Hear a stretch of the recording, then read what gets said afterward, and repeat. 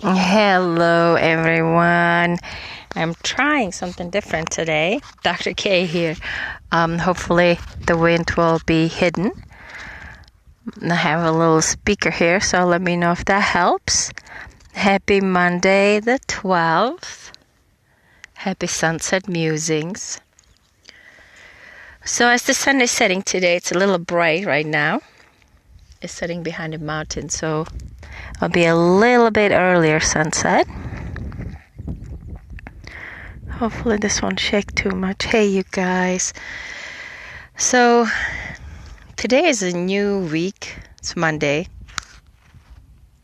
It's also a start of a new cycle as far as the moon cycle. And soon to be a start of new half of the month, really. So it's a lot of beginnings right now. And what I would love to share with you today is a little inspiration that came to me in my dream this morning, last night. And also as I was posting and working on a testimonial from a patient. Her name is Katie, and she came to me recently. And she actually came with a skin condition, and her skin condition started healing very shortly after we implemented a gentle cleansing protocol. And really 2-3 weeks later, she was so much better. In 3 months, her skin was clear. And I just saw her recently, and she's still in a very good condition, meaning her skin is very much healed. She's taking care of her body, she's taking care of herself, her diet. And if ever anything comes up, she uses her skin as a guideline to tell her that her body needs a little bit of help. And it's amazing because she really transformed in a way that helped her understand her organism. So what I did, I shared with her when she came in. When she came in, she was very upset at her body. Didn't know why, skin is such a visible organ, right? So everybody can see it. So we get really upset sometimes in general at feeling ill. But she was especially upset at her body creating this condition and her not knowing what's going on. And I explained to her that this may actually be a really good place to start being grateful for her body, especially for her liver, because skin is a secondary pathway of elimination. And thus the liver in our organism uses it to move out toxins that it cannot easily and freely move out through the general primary pathways, such as the liver, the colon, the bile duct, gallbladder, and the kidneys, and thus protecting our vital organs. Skin and joint oftentimes is considered not necessarily a lesser important organ, but organs that the body tends to deposit toxins and other metabolites that it's not able to relieve and release. The other one is fat, adipose tissue. That's why sometimes it's so much harder to lose weight, because we really are losing toxins, not the weight only. So it's the wisdom of the organism to protect us, and truly all symptoms are that. I was telling you about elevated high blood pressure when the gallbladder is missing, or even when there is a liver stagnation. The liver as an organ is responsible for so many metabolic reactions, over 500 really, per any given time. And the blood flow through the liver is so much more than through other organs. And there's such high metabolism happening within the liver that the blood coming out of the liver is actually 6 degrees warmer than the blood coming into the liver. And so what the liver needs to do is, if there is stagnation, it has the ability to actually, it's asking for more forceful blood flow. And it's pushing the blood through more so it can cleanse the blood. So it can actually be responsible for high blood pressure. But again, it's doing it to protect us. You know? Same thing when we faint with low blood pressure. It's kind of a way for our body to create horizontal position so the blood flow can return to the brain. And there's so many other examples, really. But the idea behind all of this is that we have been taught in our world right now, in our medical system, that our body kind of doesn't know what it's doing, that it's failing us when there are symptoms. We have been taught that we need to go to see a physician, do tests that somebody else translates for us, do imaging that, again, somebody else translates for us. And we have been asked to feel very disempowered when it comes to our body. Like really disempowered in a way that there is this huge disconnect. You know, we've been asked to treat our bodies as, you know, as our vehicles. You know, here, go for a tune-up. Here's your yearly physical. Here's your vaccine here. Here's your vaccine there. Here's your colonoscopy at a certain age. Here's your mammogram, you know, starting at such a young age. And here, you know, your pap smears, you that every year. So it's like we have been given these tests that sort of puts us at ease, because if I'm checking, then I know I'm okay. That has been kind of a false thing in a way, because as I told you, I see so many patients with perfect blood work, perfect tests, and yet they're struggling, suffering, so ill, so many symptoms, and nobody can translate what is going on for them. Is because, one, we are asking the wrong questions in medicine now. And you see that with this overall vaccination. I just got from somebody, thank you, Darcy, for sending that to me, 18 reasons why I am not going to get COVID-19 vaccine. And it is so profound. I still have to study it, but this gentleman is actually going through the studies, and it's asking us to reconsider because the data is not there. People are getting just almost the same ill with the vaccine versus without the vaccine. So many data he has about so many things, how we have tried to create COVID vaccine unsuccessfully ever since 2004, and what leads us to believe that this time would have been successful in such a short period of time without long-term testing.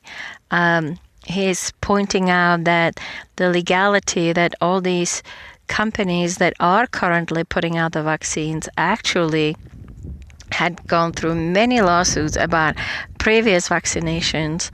And again, what leads us to believe that things would be different right now. And then the biggest piece is that because it's called vaccine, there is a huge exemption from safety trials. So, and that's only, 3 or so reasons out of the 18. I'm actually going to post it underneath our Sunset Musing tonight because it's so beautifully written, and the data is there. And honestly, the vaccine itself, I've said that many times, it's like a big light, like a flashlight shining on the underneath this hole that's kind of sinking when it comes to medicine. And one of the reasons is the questions we're asking are not helpful because they're based on theories that are taking our body and separating it into just these parts, just like we would do with a car, and are based on us being disconnected from our organism and from the answers of our organism. So the idea is that, again, the physician of the future will ask us to become our own physician and will help us feel empowered about our bodies and the tremendous capacity they have to heal themselves, and the tremendous wisdom and consciousness that we actually have, that our bodies have, and that are following it. For the most part, if we were taught how to be in touch with that, we would be so much more connected to what the body needs at any given point. We would be asked to give it nutrients and really honor it and be just in awe and grateful for the workings of our organism. I'm going to post the testimonial from Katie shortly. Come visit us at drkatkatv.com. Actually, no, it's just Dr. Katka TV on YouTube. drkatka.com is the website.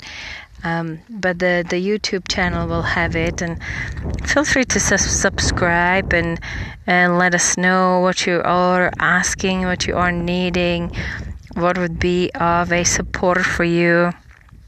Because truly, I want to do these musings for you guys. Yes, to share this beautiful sunset and any given sunset that I can.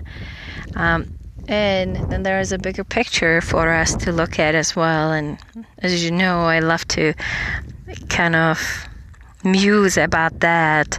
I thought about Japan. I had the honor and privilege to visit Japan a few years back. And the country itself was so beautiful, and it just blew my mind, really. It's a whole different way of living, and the big piece is respecting nature in such a way, respecting water, respecting nature, which then leads to respecting one another, another human being, and respecting oneself. And it kind of goes the other way around. When we can respect our bodies and ourselves and one another, we will respect nature more. We will respect Earth more. So it truly is about coming back to the power of who we are, you guys, and what our bodies are capable of, and the gift that we have been given.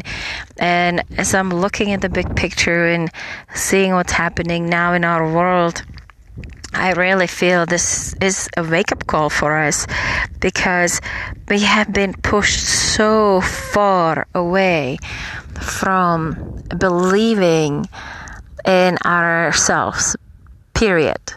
Not just in our bodies, but believing in the capacity of our consciousness, believing in the power of our hearts, and what we are capable of doing when fully connected to love and compassion. And I just learned of a gentleman, Mark Dudek, who I'm hoping to meet, because his name sounds very much like he's from the Czech Republic, or one of his relatives would be father or grandfather. He decided to walk across the United States, and one of his motivations was he really wanted to see what are we about as humans, and is it true everything that we're being shown, broadcasted on TV about the violence and people not caring about one another. He literally just walked on the side of the road. He pulled this or pushed this cart in front of him.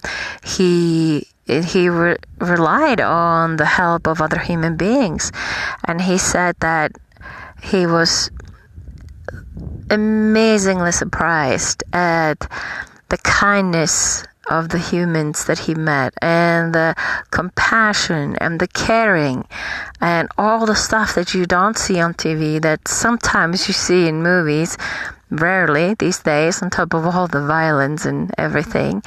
But he really, really, really said that he was beautifully and pleasantly surprised, and I'm hoping to meet him and hoping to be able to do an interview. Mark, if you're listening, please connect with me, because I think this is so important, you guys, that we see and that we are shown and exposed to the people that have healed themselves, the people that believe the power of their bodies, and they have healed over a few days out of something they've been told they can never ever heal.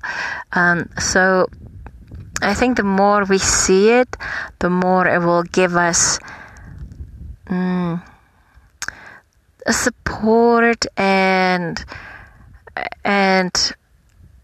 like a drive to understand that there is more. So as the sun is setting right now, which is just always a beautiful time to remember, it's like the sign always reminds us, you guys, like, just remember who you are. That's what it's saying. Just remember who you are. Apparently there's a power inside of us, like the power of 1,000 suns is inside of us. Can you imagine, you guys, like what we can do with that power when we own it and respect it and ask for the consciousness of our organism to come in and actually become part of our lives? I mean, wow. Stand back, world. Here we come. Oh, check out that beautiful sunset. Oh, you guys. Thank you for joining me as always. And let me know what you guys are thinking and what you need. And good night, beautiful sun.